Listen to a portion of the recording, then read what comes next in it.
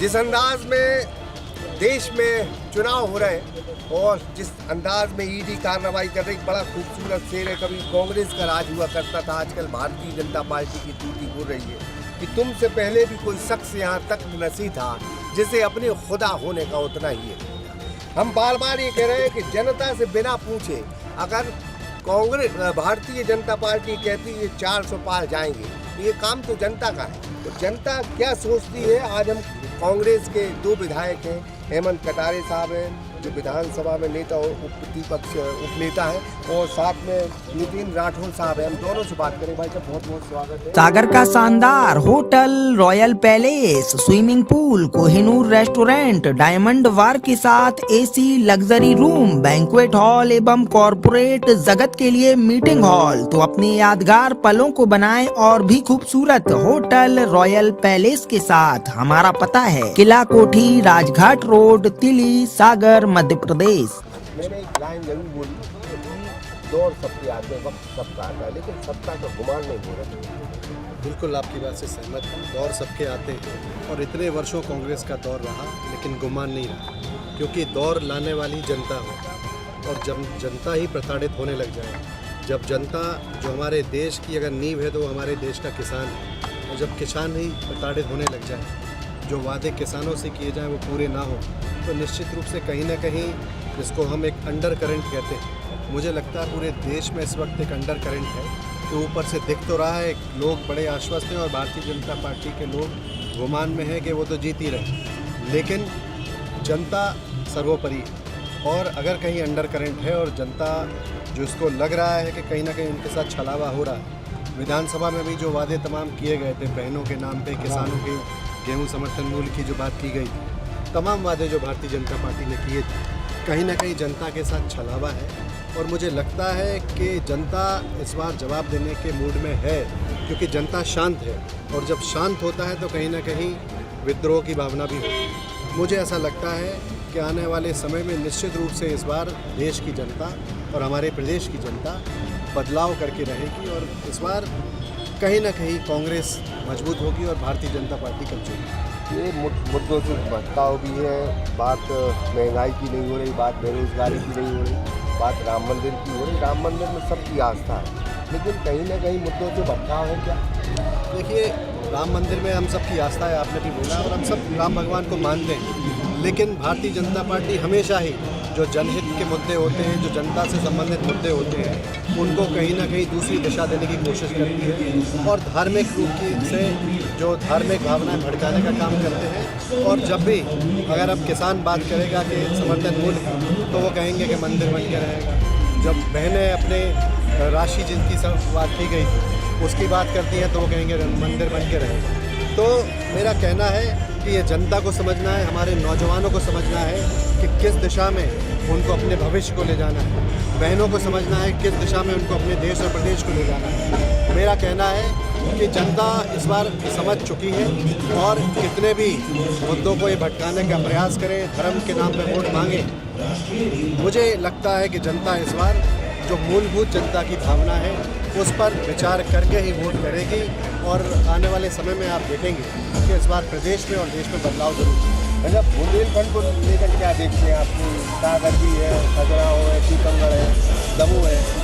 देखिए, बुंदेलखंड वीरों की धरती है, और झांसी की रानी महारानी लक्ष्मीबाई इसी बुंदेलखंड से निकली है, 17 साल इसी बुंदेलखंड से, हरि सिंह गौर, बड़े बड़े नाम इस बुंदेलखंड से आए।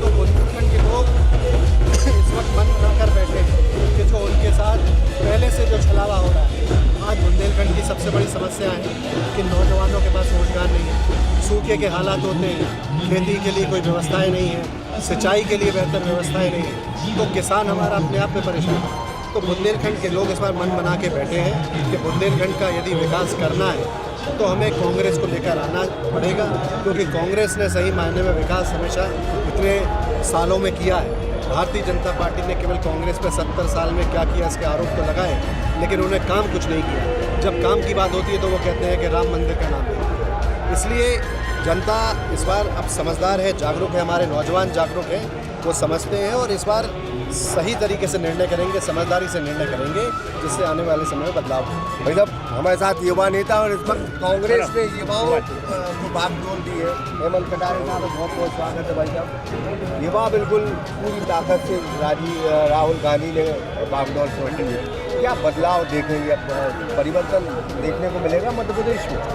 निश्चित ही देखने को मिलेगा। राहुल जी ने युवा नेतृत्व दिया है मध्य प्रदेश को, और जिस प्रकार से युवाओं के साथ छलावा हो रहा है, चाहे पूरे मध्य प्रदेश की बात हो चाहे पूरे देश की बात हो, 2 करोड़ रोजगार का वायदा देकर सरकार बनाई थी। आज 2 करोड़ को छोड़ो, किसी कोई 2 रोजगार नाम नहीं बता सकते। जब विधानसभा में इन्हें आंकड़े पेश किए थे तो सदन में मैंने पूछा था कि आपने ये कह दिया कि हमने लाखों लोगों को रोजगार दिया, एक भी आप नाम से बता सकते हो आदमी कि इस गांव के फलाने व्यक्ति को हमने रोजगार दिया? कोई नाम आज तक उजागर नहीं कर पाया, क्योंकि किसी को रोजगार मिला ही नहीं। तो कुल मिला के झूठों की पार्टी है।